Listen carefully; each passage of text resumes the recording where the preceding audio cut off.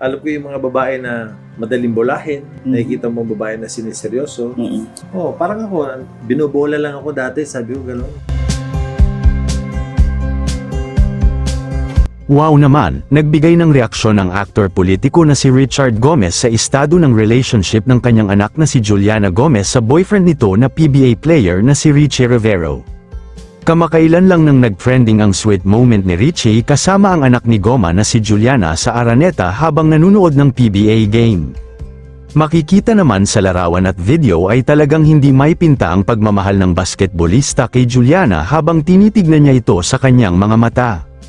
Hindi naman naiwasan na mag-react ni Richard Gomez sa kumalat na viral video ng kanyang anak habang kasama ang boyfriend na si Richie. Ayon kay Goma, normal lang naman raw ito sa magkasintahan at wala naman raw mali sa ginagawa ng dalawa.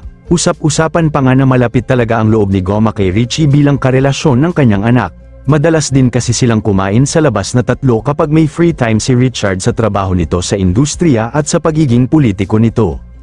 Paano nga ba nagkakilala si Juliana Gomez at Richie Rivero? Parehong naging estudyante-atleta ang dalawa sa UP Diliman. Si Juliana ay bahagi ng UP fencing team, habang si Richie naman ay naging star player ng UP Fighting Maroons sa UAAP basketball.